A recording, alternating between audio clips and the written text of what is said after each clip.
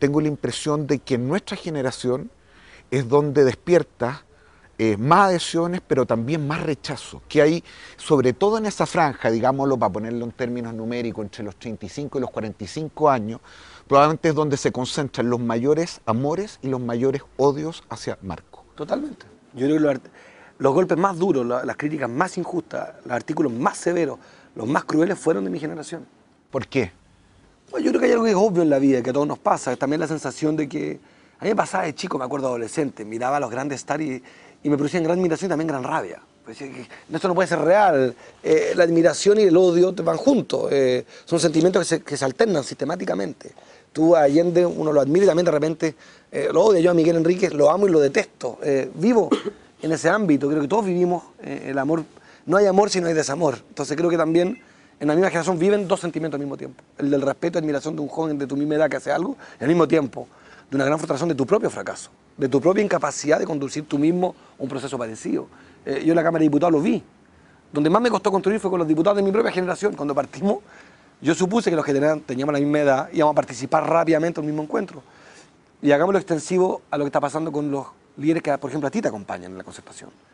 La incapacidad de Toá, Rossi, Marcelo Díaz, de todo este grupo de la misma edad, de entenderse, es la explicación de lo mismo. La crueldad con la que se relacionan entre ellos. Y lo digo sin ánimo de a la bandada criticar, pero ¿qué me criticaban muchos de ellos a mí en el 2009? Mi falta de proyecto colectivo. Sí. Yo pregunto el 2010, ¿cómo les ha ido en el proyecto colectivo? Son incapaces ellos mismos de hacer una lista. Se detestan entre ellos. Hablan mal de ellos entre ellos mismos. No fueron una misma lista. O sea, ¿por qué esa misma generación es incapaz de entenderse? Porque creo que eso ocurre siempre, en todas partes, es casi dramatúrgico. Y es sin solución salvo por una vía, que es la de las ideas. Y probablemente mis ideas fueron insuficientes o fueron no suficientemente verosímiles para que gente como tú y como otros se sumaran. Y yo me hago la autocrítica, te lo he dicho, de no haber construido dispositivos de conversación y que mis ideas no fueron suficientes para esa generación. Como si lo fueron para los más jóvenes. Sub 30 no ocurría eso. Léete las críticas y los blogs de los sub 30, no fueron tan duros como las de los, como dices tú, 35-45. Yo leí unos artículos de unos tipos que hablaban de mis trapitos, o sea, ya acusándome al límite de casi la pedofilia, o sea, ya los delitos míos ya eran pero demenciales. Tipos de que además yo conozco, decían, pero Marco, ya vendrá cuando publiquemos la verdad de tu vida. Una especie de corintellado. No, de acuerdo. Ahora, respecto a la dureza de las críticas, Marco. No me quedo corto yo, dice. Exactamente, es decir, recordar dos. A Viragallo, tratarlo de flojo, ponte tú. Sí. A un ex compañero partido tuyo, compararlo con el Guatón Romo. Es decir, hubo episodios de la campaña donde también te pasaste rosca. Yo no, sobre esos dos juicios los defiendo. O sea, creo que José Antonio Viragallo representa lo peor de la concertación y lo peor de la política. Conozco amigos míos que votaron por Piñera en segunda vuelta por él, que dijeron no quiero ver nunca más a Viragallo, y singularizo, que es muy grave, porque es muy delicado, y creo que eso es un error, singularizar, pero no me arrepiento de la dureza de los adjetivos que iban acompañados. El error es singularizar, estoy de acuerdo. Hablemos de un grupo de gente entonces. Pero a mí me parece que haber defendido a Pinochet en Londres por razones electorales es una vergüenza. Me parece a mí que invocar a Allende para las campañas y esconderlo para gobernar como imagen es una vergüenza. Y que José Antonio Viragallo representa eso. Una contradicción, incluso una incoherencia a la ética más básica. La más básica de todas. Que es que cuando tú estás en la política es para transformar las cosas. Fue él el que aplicó la ley antiterrorista de los mapuches. Fue él el que la defendió. Fue él el que nos criticó a nosotros como diputados cuando pedíamos que nos aplicara. Fueron ellos los que nos insultaron cuando pedimos que nos aplicara. Y no fui el único. Varios más. Navarro, entre otros. ¡Wow! Y tú te das cuenta que ahora todo el mundo dice, mira, en realidad fue un error aplicarla.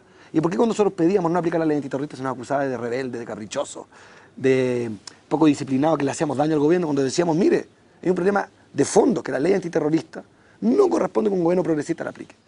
Me cuesta encontrar interlocutores hoy, aparte de ti y algunos más, en el Parlamento. Se ha instalado en muchos de ellos un miedo patrimonial para hablar de política. O sea, la conversación política se instala sobre la base de, bueno, pero ¿cómo me voy a pegar el salto al vacío? Yo estoy aquí ya, estoy en una red, incluso hay líderes de recambio que son directores de fundaciones de Lago o de Bachelet. Cuando habla patrimonial lo dice en sentido amplio. Amplio.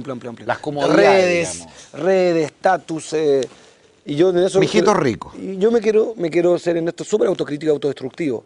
Yo soy un privilegiado en muchos sentidos. El ejemplo de Miguel primero es un tremendo privilegio, de un padre que no te deja herencia, pero te deja un nombre. Es un drama del cual me significó 15 años de terapia, pero también un privilegio. Y al lado de eso soy un privilegiado porque tengo, y soy hijo único, por lo menos tengo una hermana por el lado de Miguel, que quiero mucho, pero tengo una situación que es de privilegio. Y yo entiendo que eso también condiciona al ser político. Tengo una situación que es de privilegio y me permite tomar una cantidad de riesgos gigantescos, porque tengo una situación de privilegio, que creo que es buena instalarla y creo que vale la pena transparentarla. Y por eso no tengo yo derecho a decir, algunos hablan demasiado de su patrimonio y su reelección, cuando para ellos probablemente, si no hay reelección de diputados, una parte importante de su estatus no sigue siendo el mismo. Eso que uno puede decir, no, esos son los tú hablas de diputados antiguos. No, lo más sorprendente es que también conozco diputados muy jóvenes que tienen visto su reelección ya como un tema de estatus y ya no de convicción de transformación. Yo hoy día soy un derrotado y no soy diputado, pudiendo haber sido senador. Carlos Minami perdió todo. Hablemos de Carlos. Carlos perdió todo, Carlos hoy día no es senador. Yo perdí. Yo digo siempre, soy un derrotado, no tengo cargo. Lo más triste de la constatación fue un poco eso. Creo que mucha gente dijo, oye, pero nunca pierden. Si no son diputados, aparecen de ministros, como los topos, reaparecen de embajadores, de seremi, de gobernadores. Una cosa que me parece a mí que es sana es que haya derrotados en política como de que haya ganadores. Y voy al fondo entonces, ahora, ¿con quiénes voy a conversar? Yo quiero conversar con todos. Con tres sugerencias, consideraciones. Uno, respeto. La invisibilización de nuestro movimiento me parece a mí inaceptable. Esta idea de no, valís callampa, ya fuiste un fenómeno y ya estáis fuera de los medios, valís callampa, ya. Por parte de nuestra generación, dice usted, Sí, básicamente. De los interlocutores que sea, primero. De acuerdo. Pero en particular de esta idea, mira, no, si ya estáis muertos, estáis fuera de los medios, bueno, me han ganas de decir, esto mismo me dijiste el año 2009 en enero. Lo mismo me lo dijeron en enero cuando yo marcaba 0. Segunda sugerencia, consideración o casi condición, la no cooptación de un grupo de esta conversación, o sea, que no sea un lote, que lo que siento, lo digo con toda provocación, que Girardi intentó hacer durante este otoño. De Guido aparecer como el que tenía la capacidad de conversar con nosotros. Guido lo decía todo el día en toda su entrevista, no, si yo con Marco, no. Yo con Guido no me he reunido en 8 meses. Y la tercera consideración, sugerencia o condición, es que sea programático. Y entonces ahí, a Fulvio Rossi, cuando me lo planteó, le dije a Fulvio, yo tengo grandes críticas hacia tu figura, hacia lo que tú representas, hacia lo que tú has hecho, pero si estamos de acuerdo en el matrimonio homosexual, juntémonos. Y creo que la única manera, en estos meses, no el 2012, de que nos reencontremos frente a la ciudadanía de manera legítima es a través de la idea. Y no conozco otro camino, eso se lo aprendí a alguien que se llama Carlos Minami. No es mérito mío, es Carlos, el que lleva años escribiendo al igual que tú, y que le ha metido coco el tema de la idea, el tema del lenguaje en la política, de construir conceptos. Y Carlos, no soy su hijo y también su alumno. Creo que el único camino es crear los think tanks que se necesitan, los dispositivos de conversación y reencontrarnos en torno a ideas, pero no en torno a cutufas. Y con los interlocutores, todos, estoy dispuesto a todo. Y también hacerme las autocríticas que tenga que hacerme como tú me las has hecho. Decir, mira, de repente, Marco, hiciste crítica a la bandada y agraviaste a mucha gente concertacionista que se sintió hiperagredida. Bueno, efectivamente pareciera que las campañas no permiten matices y fue muy duro el mensaje. Y habrá entonces que excusarse ante lo que hay que excusarse, pero también decirle a los que se agraviaron, decirles, ¿sabe qué? Ustedes me conocen y nunca hice trampa.